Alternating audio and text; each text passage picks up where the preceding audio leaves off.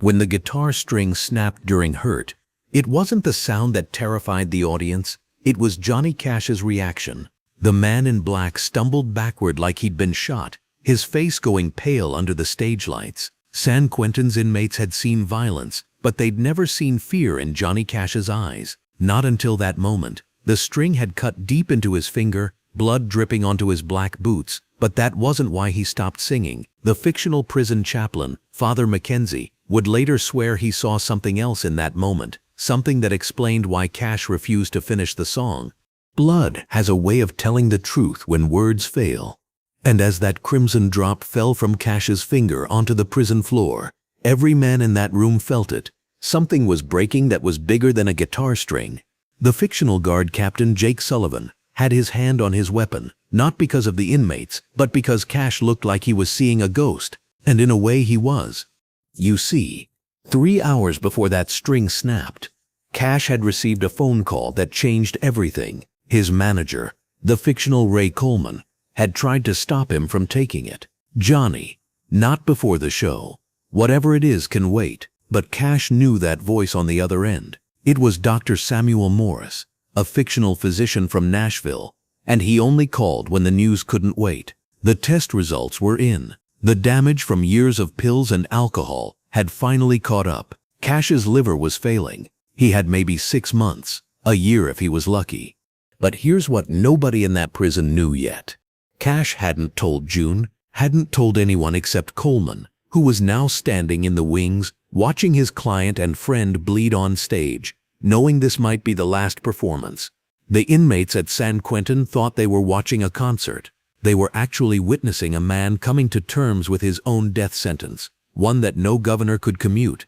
The morning had started like any other prison show. The fictional warden Robert Hayes had been skeptical about allowing Cash to perform.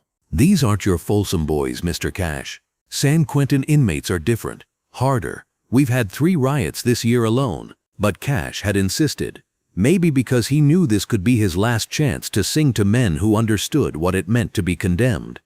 As Cash walked through the prison gates, past the gas chamber that had claimed 19 lives, he touched the walls like he was already practicing being a ghost.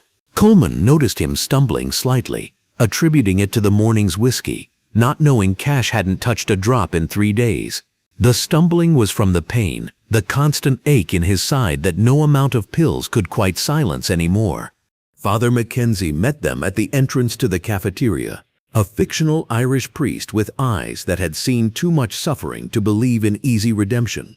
"Mr. Cash," he said, his accent still thick after 20 years in America, "the men are excited, but there's something you should know. We have an inmate, number 5741, Tommy Rodriguez. He's been telling everyone you're going to play a specific song. Says he knows you'll play it. Says he's been waiting 7 years to hear it." Stop, because what happened next changes everything about that day. Rodriguez was fictional, but his story was real enough. Convicted of killing his own brother in a drug deal gone wrong, he'd written to Cash monthly for 7 years, never asking for anything except for Cash to play Hurt if he ever came to San Quentin, the song that hadn't even been released yet, that existed only in Cash's private sessions, recorded during his darkest period when June had threatened to leave if he didn't get clean. How Rodriguez knew about it, nobody could explain. Coleman pulled Cash aside. "Johnny, you don't have to do this. We can say you're sick, and honestly you are. Let's go home. Let June take care of you." But Cash just adjusted his black jacket, hiding the blood test results folded in his pocket like a suicide note. "Ray, I'm dying. These men are dying. Difference is, they know their execution date. I'm still pretending I don't have one." As they entered the cafeteria, 3,000 men turned as one. Killers, rapists, men who'd done things that would make normal people vomit, all unified in this moment by something they couldn't name. The stage looked smaller than usual.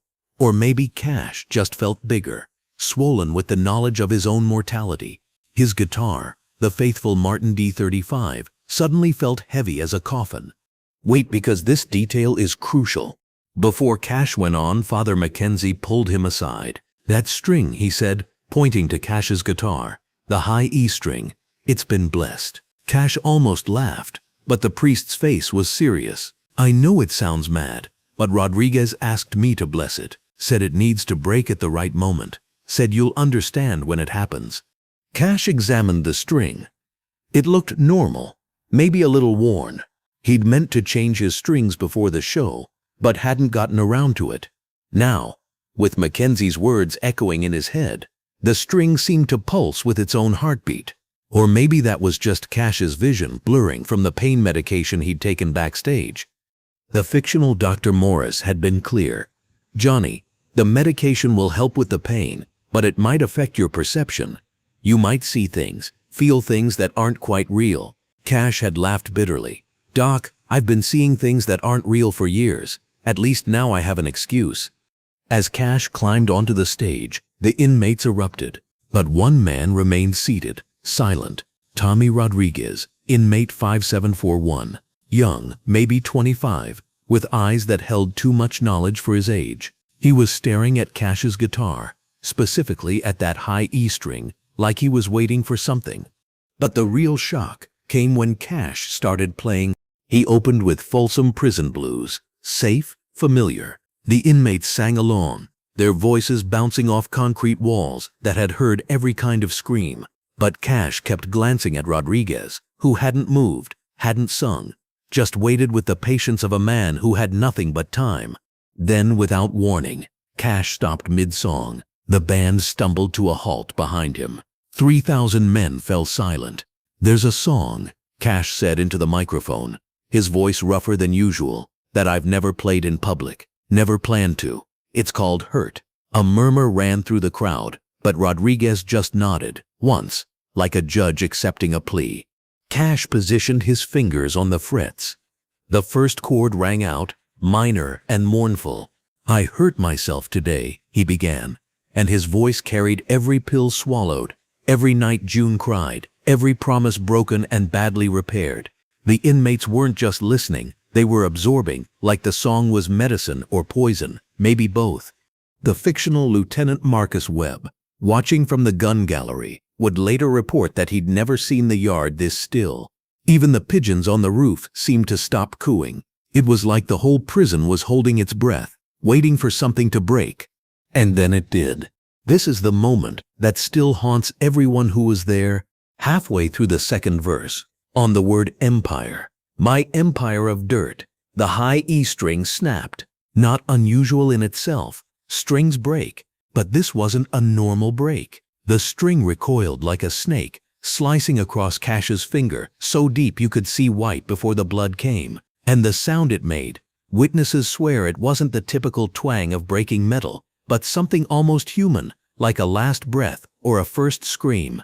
Cash's reaction was what terrified everyone. He didn't just step back, he dropped his guitar completely, letting it crash to the stage with a feedback shriek that sounded like the prison itself was screaming. His face went white, not from pain, but from recognition. He was staring at his bleeding finger like it was showing him the future. "No," he whispered into the microphone, but the word carried to every corner of that cafeteria. "Not yet, not like this." Father Mackenzie stood up from his seat among the inmates, crossing himself. Rodriguez remained perfectly still, but tears were streaming down his face. The fictional Dr. Morris's words echoed in Cash's head. "You might see things that aren't quite real." But this felt more real than anything Cash had experienced in years. Stop right here. Because what Cash saw in that moment of blood and breaking, he saw himself dying. Not metaphorically, not eventually, but right there on that stage. The blood from his finger wasn't just blood, it was time, leaking out, each drop a day he wouldn't have. And in the reflection of that crimson puddle forming at his feet, he saw June's face, crying at a funeral. His funeral.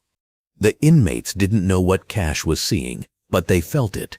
3,000 condemned men recognized the look of someone receiving a death sentence. The guards tensed, ready for violence, but the violence was all internal, all Cash's, as he fought against the vision the broken string had brought. "Tommy Rodriguez," Cash said suddenly, his voice carrying despite its whisper. "Inmate 574 Tau. You knew, didn't you? You knew the string would break." Rodriguez stood slowly, and every guard in the place shifted to high alert. But he wasn't approaching the stage. He was just standing, bearing witness. "My brother," Rodriguez said, his voice carrying in the unnatural silence, "played guitar, same model as yours. The night I killed him, the high E string broke, cut his finger just like yours. He bled out holding that guitar, and the last thing he said was, 'I hurt myself today.' He was singing your song, Mr. Cash, a song that wasn't supposed to exist yet." Here's where the story becomes impossible, but Father Mackenzie swears it's true. Cash looked at his bleeding finger, then at Rodriguez, then at the 3,000 faces watching him unravel. "How?" was all he managed. "Time doesn't work the same in here," Rodriguez said, and several inmates nodded like this. Made perfect sense. San Quentin, it's not just a prison, it's a place where past and future collide. My brother heard your song before you wrote it. He died singing it. And I've been waiting 7 years for this moment, for that string to break, so you'd understand. The fictional Coleman was already on his phone, calling for medical help. The guards were debating whether to shut down the concert. But Cash raised his bloody hand, and everyone froze. "Understand what?" Cash asked. "That some songs aren't meant to be finished," Rodriguez said. "That some pain isn't meant to be healed. That sometimes the breaking is the point." But wait, because what happened next defied all explanation. Cash bent down, picked up his guitar, with his bloody hand painting the neck red, and continued the song. No high E string, the melody incomplete, his voice cracking on every line, but he kept going. And as he sang, something extraordinary happened. The other inmates began to hum. Not the melody, they couldn't have known it, but a harmony that seemed to come from the walls themselves. 3,000 voices, creating a sound that Father Mackenzie would later describe as what I imagine angels sound like when they're crying. But it was what happened to the blood that made everyone question reality. As Cash played, the blood from his finger didn't drip randomly. It fell in a pattern, creating what looked like musical notes on the stage floor. The fictional prison photographer David Chen managed to capture one photo before his camera mysteriously stopped working. In that photo, the blood clearly forms the notation for the missing high E string part of "Hurt." Dr. Samuel Morris, watching from the wings where Coleman had insisted he stand by, would later write in his fictional medical notes, "Patient experienced what appeared to be a paranormal hemorrhage, blood flow that defied gravity and coagulation patterns, medically impossible, witnessed by 3,000 plus individuals." This is where everyone's version of the story starts to differ. Some inmates swear they saw Cash's finger heal itself as he played, the wound closing like time running backward. Others say the blood never stopped flowing, that by the end of the song, the entire stage was red. Father Mackenzie insists he saw something else entirely, that the blood wasn't falling down but up, creating a red mist that formed shapes in the air, shapes that looked like the faces of every man Cash's music had saved from suicide. But everyone agrees on what happened when Cash reached the last verse. His voice, already broken, shattered completely on the line, "If I could start again." The word "again" came out as a howl, primal and raw, the sound of every regret he'd ever swallowed with pills and whiskey. And in that moment, the lights in San Quentin went out. Not a power failure. The emergency lights stayed on, just the main lights, plunging the cafeteria into a twilight that shouldn't have been possible at 2 p.m. In that darkness, Cash's bloody finger glowed. Not metaphorically, literally glowed with a soft red light that illuminated his face from below, making him look like he was already a ghost. Stop, because what Rodriguez said next changed everything.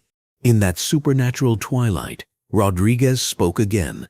"Mr. Cash, you're dying. I know because my brother knew. He saw it in a dream the night before I killed him. Saw you on this stage, bleeding, 6 months from your end. But he also saw something else." Cash, still holding his glowing, bleeding finger up like a torch, whispered, "What? What did he see?"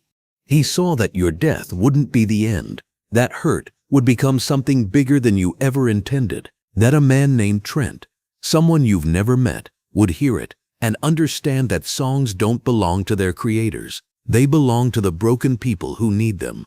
The fictional Trent Reznor connection that Rodriguez described was impossible. Reznor hadn't even formed 9 Inch Nails yet. But somehow, in that moment, in that impossible darkness, with Cash's blood glowing like a beacon, everyone believed it. "Finish the song," Rodriguez said. "Not for us, not for you, for everyone who'll hear it after you're gone." Here's the part that makes no medical sense. Cash lifted his guitar, and the broken high E string, witnesses swear to this, reconnected itself. Not repaired, not replaced, but the broken ends reached for each other like desperate lovers and fused together, still bloody, still fragile, but whole enough for 3 more notes. He played those notes, and his voice, destroyed and rebuilt in the space of a song, delivered the final line, "I will find a way." As the last word echoed off the concrete walls, the lights came back on. Cash's finger had stopped bleeding, though the stage remained stained. The guitar string was broken again, dangling like a hanged man, and Tommy Rodriguez had sat back down, his purpose fulfilled. But the truly impossible part was still coming. Father Mackenzie approached the stage, reaching into his pocket. "Mr. Cash," he said loud enough for everyone to hear, "Rodriguez wanted me to give you this if the string broke." He handed Cash an envelope, yellowed with age. Cash opened it with trembling, bloody fingers. Inside was a photograph, impossible, unexplainable. It showed Cash, older, grayer, obviously dying, recording Hurt in a studio. But the date on the back was 2002, 33 years in the future. "How?" Cash asked, but Mackenzie just shook his head.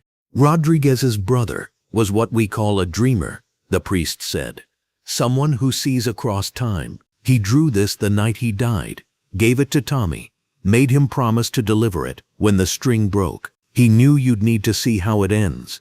Cash stared at the photo of his future self, gaunt, clearly in pain, but with eyes that held a peace his current eyes lacked. "Do I make it to 2002? "You make it long enough," Rodriguez called out from the crowd. "Long enough to matter." Wait, because the medical report tells a different story. Dr. Morris examined Cash's finger backstage and found something extraordinary. The wound had healed, but not normally. The scar tissue formed a pattern, musical notation, the exact notes of the high E string part of Hurt, as if his body had absorbed the song, made it part of his flesh. "This is medically impossible," Morris kept repeating, taking photographs that would later mysteriously develop as pure black. "Scar tissue doesn't form patterns. It doesn't encode music." But Coleman had seen stranger things in his years with Cash. "Doc, you're trying to apply logic to Johnny Cash. That's your first mistake." The fictional Warden Hayes tried to confiscate all recordings of the concert, claiming security concerns. But the inmates had their own code. Within days, the story had spread to every prison in America. The day Johnny Cash bled music. The day a broken string predicted the future. The day San Quentin existed outside of time. This is the detail that will haunt you forever. 3 weeks after the concert, Tommy Rodriguez was found dead in his cell. Not suicide. The fictional autopsy showed his heart had simply stopped. No medical reason, but in his hand was a note. "Brother, I delivered your message. The man in black knows now. The string broke at the right moment. I'm coming home." Father Mackenzie performed the last rites and noticed something extraordinary. Rodriguez's fingers had the same scar pattern as Cash's musical notation. The high E string part of Hurt etched into his flesh like a prison tattoo done by angels. When Cash heard about Rodriguez's death, he did something he'd never done before. He went back to San Quentin, not to perform, but to visit Rodriguez's cell. What he found there defied explanation. On the wall, drawn in what appeared to be blood, but never dried, never faded, was the complete musical score for Hurt, including annotations for instruments that didn't exist yet, production notes referencing technology that wouldn't be invented for decades. "He was teaching me," Cash told Coleman later, "teaching me how to die properly, how to make the ending mean something." But here's what changes everything about Cash's death. When Johnny Cash finally recorded Hurt for real, Decades later, he did it in one take. The engineers wanted to do another, clean up some rough edges, but Cash refused. "It has to be broken," he said, "like that string at San Quentin. The breaking is the point."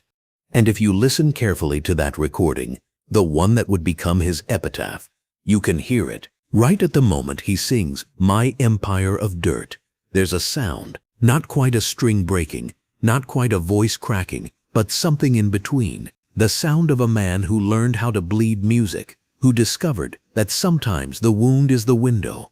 The fictional Dr. Morris lived to see that recording released. By then, he'd given up trying to explain what happened at San Quentin. "Medicine has limits," he wrote in his final paper on the subject, but music apparently does not. Coleman kept the bloody guitar string, the one that broke and impossibly repaired itself. He had it tested. The blood was Cash's, but the metal showed signs of age that didn't match, as if the string was simultaneously new and ancient, existing in multiple times at once. The truth that nobody wants to accept. 3,000 inmates witnessed something that day that couldn't have happened. A string that broke and healed. Blood that formed musical notation. A photograph from the future. A dead man's brother delivering messages across time. By any rational standard, it was mass hallucination, collective hysteria. But Father Mackenzie, before his death, in the fictional year of 1995, left a sealed envelope to be opened only after Cash's death. Inside was a single line. "I saw him die twice, once at San Quentin when the string broke, once in Nashville when his body caught up to where his soul had already been." The scar on Cash's finger never faded. June would catch him rubbing it absently, especially when he played Hurt in later years. "Does it still hurt?" she asked him once. "No," he said. "It sings." The fictional San Quentin inmates who witnessed that concert carried the story like a secret religion. When they got out, if they got out, they'd find each other, compare memories, try to make sense of what they'd seen. But the stories never quite matched. Each man remembered different details, as if they'd all witnessed different facets of the same impossible diamond. Some said Cash's blood had healed their own wounds, men showing scars that had mysteriously appeared that day in the shape of musical notes. Others claimed they could hear Hurt playing in their cells at night, the version with the broken string, the incomplete melody that was somehow more complete than the whole song. Here's what Rodriguez knew that he never told anyone. The night before the concert, he'd had a dream, or maybe a vision. He saw Cash standing at heaven's gates. Not in white, but in his signature black, holding a broken guitar. St. Peter, or someone Rodriguez thought was St. Peter, asked him to play his admission song. Cash tried to play Hurt, but the high E string was broken. "I can't," he said. "It's incomplete." "That's the point," Peter replied. "The broken songs are the only ones we let in. Perfect music belongs in hell, where everything is complete and nothing needs redemption." Rodriguez woke up knowing the string would break, knowing Cash needed to learn that broken things could still make beautiful music. That's why he'd asked Father Mackenzie to bless that string, not to protect it, but to ensure it broke at exactly the right moment. The moment that proved something bigger was happening.